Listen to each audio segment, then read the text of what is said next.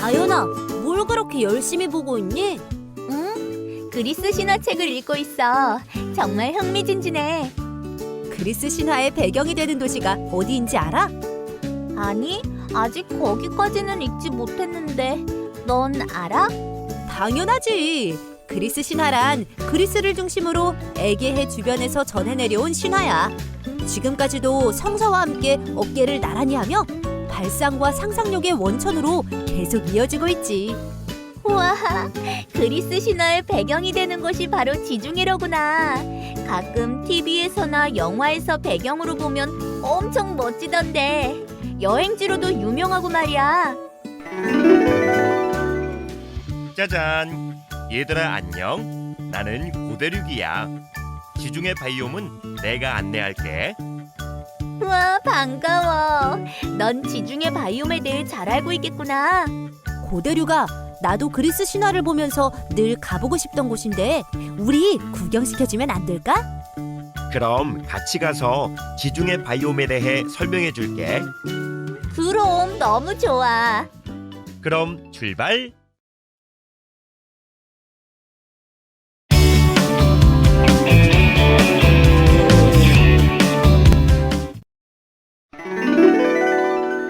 어?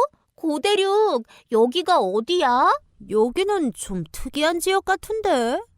여기는 지중해 지역이야. 지금부터 지중해 지역에 대해 설명해 줄게. 먼저 지중해 지역에 사는 동식물부터 한번 구경해 볼까?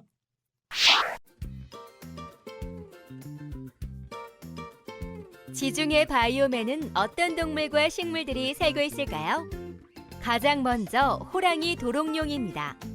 호랑이 도롱뇽은 눈이 튀어나와 있고 검은 바탕에 노란 반점이 있는 것이 특징인데요. 멸종위기 등급으로 관심이 필요한 개체입니다. 주로 나무 껍질이나 돌 밑에서 휴식하고 야간에는 귀뚜라미를 사냥하죠. 그리고 곤충이나 개구리, 쥐 등과 함께 해충을 잡아먹기 때문에 이로운 동물로 알려져 있습니다. 다음은 지중해 바이옴의 대표적인 식물로는 먼저 올리브를 들 수 있는데요. 우리가 식용으로도 잘 알고 있죠? 그리고 올리브유를 만드는 원료이기도 하고요.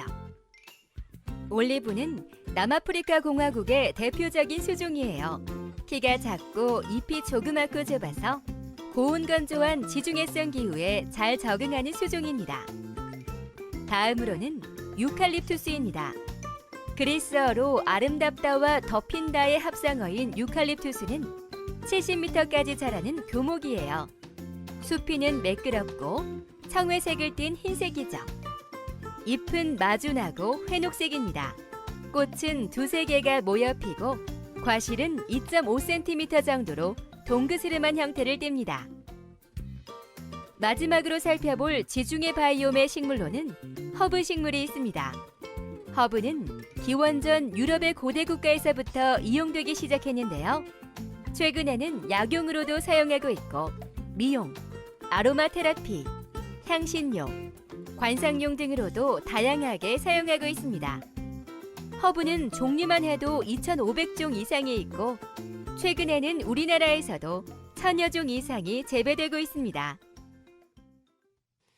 지중해 지역의 위치부터 한번 살펴보자.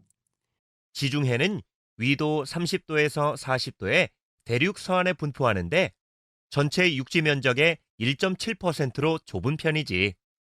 아름답게 지중해 연안에 가장 넓게 분포하고 미국의 캘리포니아, 칠레의 중부, 오스트레일리아의 남서부, 아프리카의 남단 등지에도 분포하고 있어. 그렇다면 이 지중해 지역은 어떻게 만들어졌을까? 만들어지다니? 원래 있던 땅 아니야? 지중해 지역은 예전에는 바다였어. 지금부터 설명해 줄게. 잘 들어봐. 지금으로부터 약 1억 5천만 년 전까지만 해도 지중해는 동쪽으로 훨씬 더 길게 뻗어 있었고 테티스해라고 불리던 거대한 바다였어. 그러나 6,500만 년 전 아프리카 대륙이 북상하여 남쪽의 아라비아 반도가 북쪽의 터키와 연결되면서 지금의 흑해와 연결된 거대한 대서양에만이 형성되었지.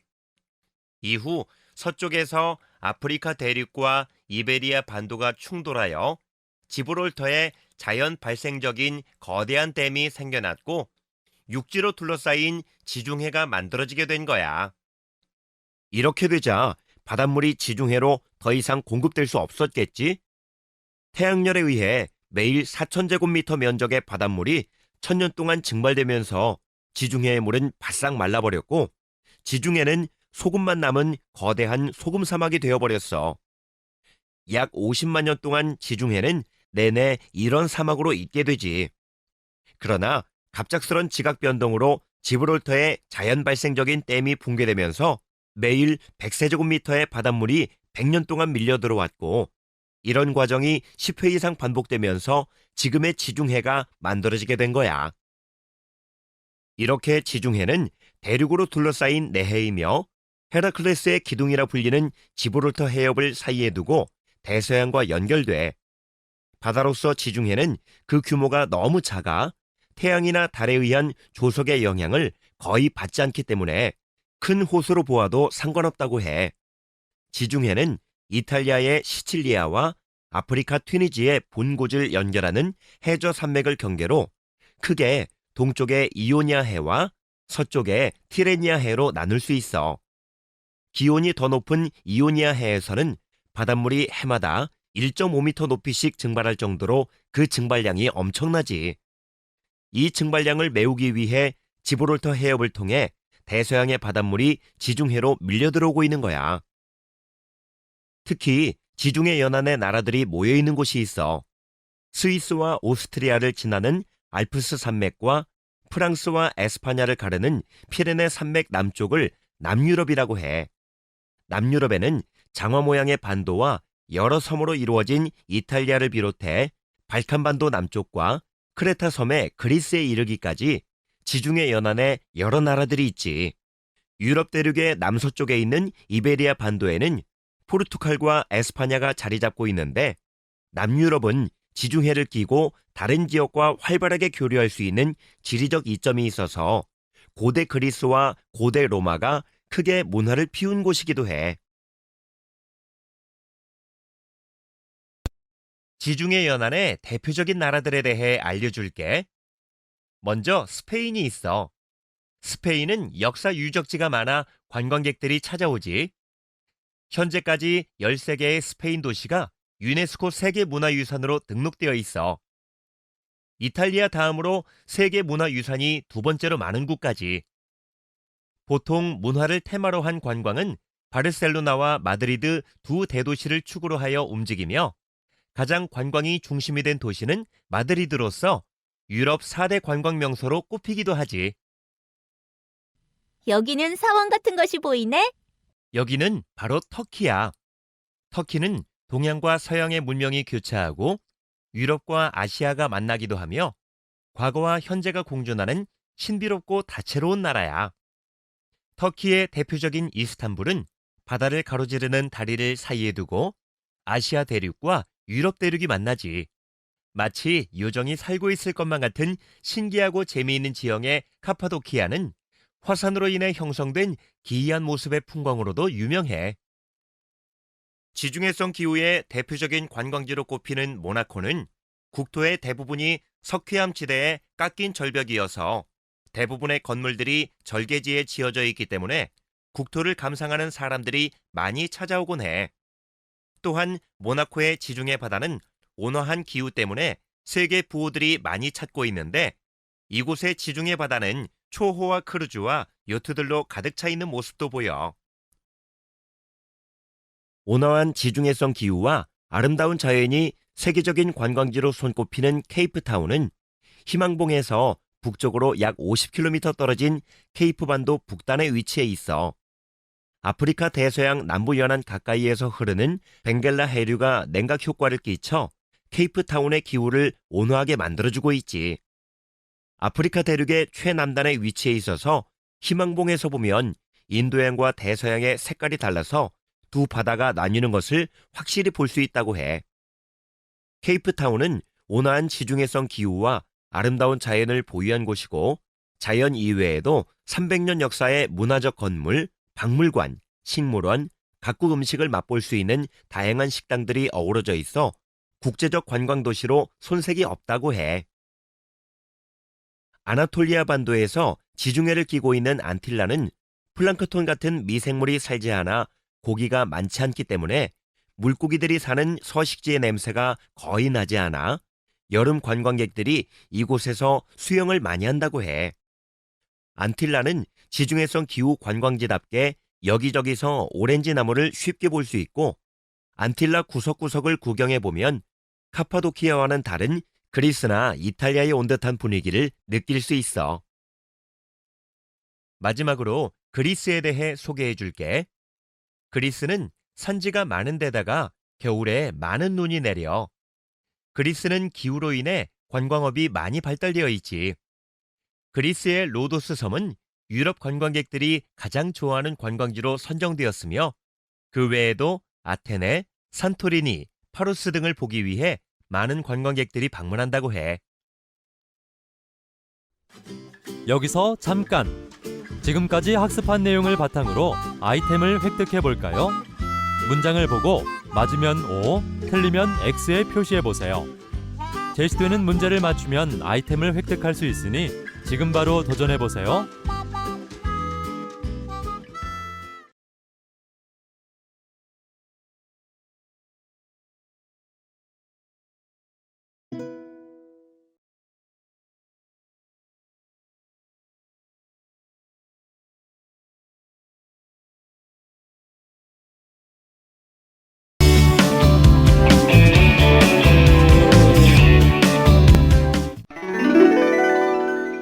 지중해 연안을 비롯한 중위도의 대륙 서안 지역의 여름은 덥고 비가 적게 오고 겨울에는 따뜻하고 비가 많이 와. 그 이유는 아열대 고기압과 고위도 저압대 때문이야. 아열대 고기압과 고위도 저압대? 생소한 단어지? 지금부터 설명해 줄게. 잘 들어봐. 안녕하세요. 여러분, 궁금한 게 있다고요? 지금부터 제가 그 궁금증을 풀어줄게요. 앞에서 지중해성 기후는 여름에 덥고 비가 적게 오고 겨울에는 따뜻하고 비가 많이 온다는 것을 배웠죠. 여름에 이렇게 덥고 비가 오지 않는 이유는 바로 아열대 고압대 때문입니다. 아열대 고압대는 위도 30도 부근에서 만들어진 고기압으로 연중 날씨가 맑고 습도가 적은 것이 특징이에요. 이렇게 연중 고기압의 영향권에 있게 되면 강수량이 적어 건조한 날씨를 보이게 되는데 사하라 사막, 그레이트 비토리아 사막 등 세계적인 사막들이 대부분 이 아열대 고압대에 위치하고 있죠. 이러한 아열대 고압대의 영향으로 여름은 기온이 높고 건조한 건기가 지속된답니다. 그리고 반대로 겨울이 되면 북극권의 찬 공기가 힘이 세지면서 고위도에 있던 저압대가 지중해 쪽으로 밀려 내려오게 되는데요.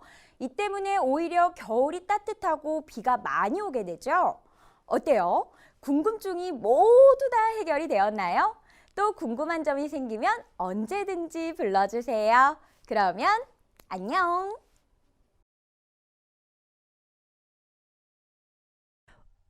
여기는 사하라 사막이잖아? 갑자기 사하라 사막은 왜 보여주는 거야? 지중해성 기후와 사하라 사막이 관련이 있거든. 지도를 한번 볼까? 여기 보면 남유럽은 지중해를 끼고 북아프리카와 마주하고 있는 것을 확인할 수 있지? 북아프리카 내륙으로 들어가면 세계에서 가장 큰 사하라 사막이 있어. 사하라 사막은 1년 내내 날씨가 맑은 고기압 지대로, 고기압 지대는 공기가 하늘 높은 곳에서 땅 쪽으로 흐르는 곳이어서 구름도 없고 비도 내리지 않아 늘 태양빛이 내리쬐고 있어. 그러다가 사하라 사막을 만드는 고기압뒤가 여름이 되면 지중해 쪽으로 슬며시 올라오게 돼. 그 영향으로 지중해 연안은 사막 같은 날씨가 되지.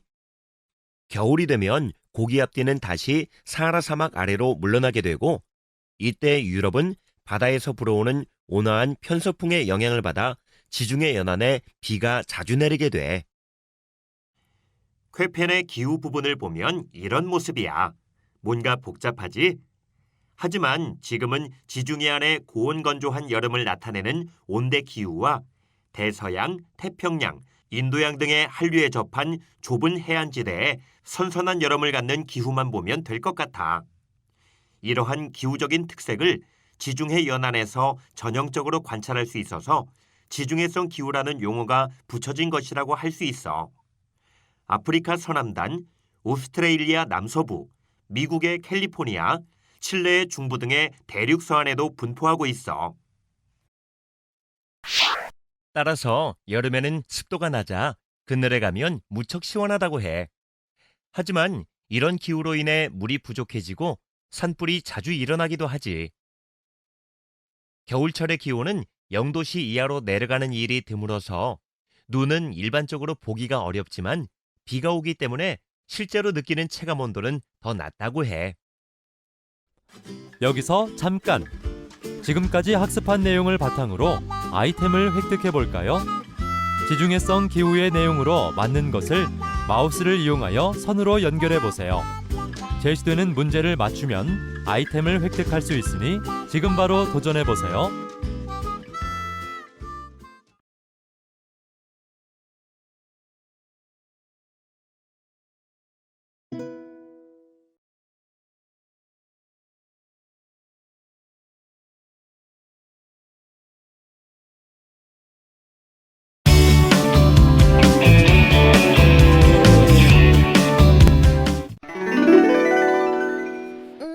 저 아저씨 봐. 길에서 낮잠을 주무셔.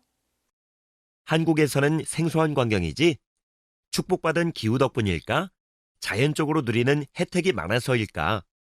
이 기후에 해당하는 국가들의 국민성은 꽤 낙천적인 편이라고 할 수 있어. 여름에는 강렬한 태양의 열기를 식히기 위해 시에스타라고 불리는 낮잠을 자기도 하고 분수를 도시 곳곳에 틀기도 하지. 그리고 서늘한 밤에는 광장이나 공원으로 사람들이 모여들어. 저녁 산책을 즐기면 밤 10시가 되고 사람들은 이때 늦은 저녁을 먹어.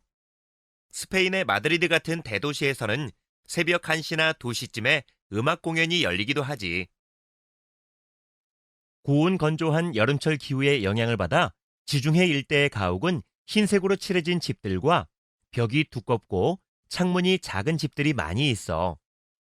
흰색은 강렬히 내리쬐는 햇빛을 반사시켜주고 두꺼운 벽과 작은 창문은 열기와 따가운 햇살을 차단해주기 때문이지. 유럽 지중해는 가장 큰 지중해 기후 식생대로 전체 지중해 식생대 면적의 64%를 차지하고 있어. 지중해 주변 3대륙 33개국으로 둘러싸여 있으며 약 2만 5천 종의 식물이 분포하고 있지. 이 지역은 험한 지형, 높은 산맥, 수많은 섬들로 인해 식물의 진화가 이루어지기도 해. 다른 어떤 지중해 기후대 지역보다 많은 종이 분포하는데 그중 절반이 전 세계 어디에도 없는 희귀종이야. 또한 일반적으로 로즈마리, 라벤더 같은 다양한 아로마 관목과 부드러운 잎을 가진 가시덤불이 있으며 습한 지역은 참나무와 소나무 숲으로 구성되어 있어. 지중해 연안을 비롯한 중위도의 대륙 서안 지역에 나타나는 여름의 고온 수후한 기후, 겨울의 온난 습연한 기후로 인해 농업도 독특하게 발달되어 있어. 이렇게 고온 건조한 여름을 이용한 농업을 수목농업이라고 하는데 오렌지처럼 여름철 고온 건조한 기후를 견디기 위해 잎이나 껍질이 두꺼우며 지하 깊은 곳에 수분을 찾기 위해 뿌리가 깊은 것이 특징이야. 또한 스스로 유분을 저장하여 수분의 증발에 대비하기도 하지. 껍질이 두꺼운 레몬이나 코르크 나무, 뿌리가 깊은 포도, 유분을 포함하고 있는 올리브가 대표적인 작물이야. 지중해성 기후 지역에서는 포도가 많이 생산되고 있어.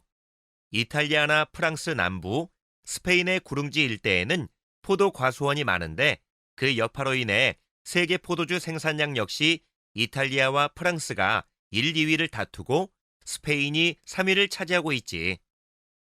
반면에 겨울이 되면 편서풍의 영향을 받아 비가 많이 내리게 되는데 이때는 밀과 같은 곡물 농업을 하지. 알프스 산지에서는 여름이 되면 산지 아랫자락에서 지내던 양과 소를 이끌고 산지 위로 올라가. 알프스 자락의 저지대 지역은 여름에 기온이 높고 건조한 바람이 불어 풀이 말라 죽기 때문이지. 대신 높은 알프스 산지는 서늘하여 빙하에 깎여 뾰족뾰족한 산마루 가까이까지 풀들이 자라나. 이처럼 계절에 따라 산의 위아래를 오가며 목축을 하는 것을 이목이라고 하는데, 여름 내내 산지 위에서 토실하게 살을 찌운 양과 소들은 가을이 되면 산비탈을 내려오게 되지. 여기서 잠깐! 지금까지 학습한 내용을 바탕으로 아이템을 획득해 볼까요? 보기에서 문제에 대한 답을 골라 화면 중간에 네모 박스로 옮겨주세요. 제시되는 문제를 맞추면 아이템을 획득할 수 있으니 지금 바로 도전해 보세요.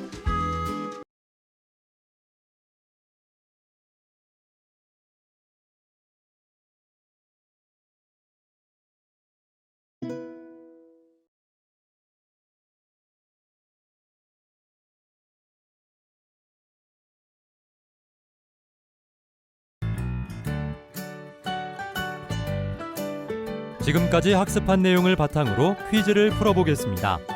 기회는 2번이고 총 3문제가 제시됩니다. 준비되었으면 스타트 버튼을 클릭하세요.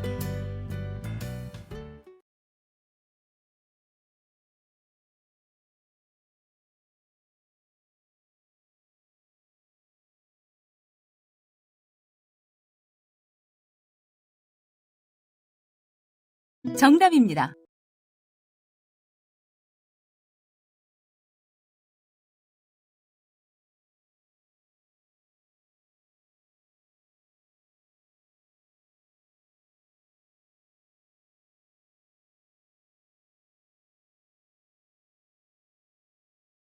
정답입니다.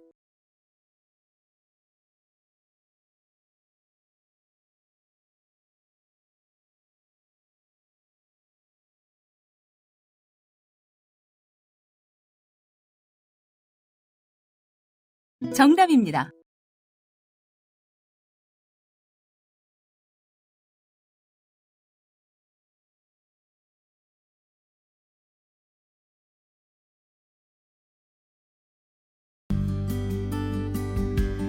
오늘 학습한 내용을 정리해보고 다운로드하여 활용해보세요.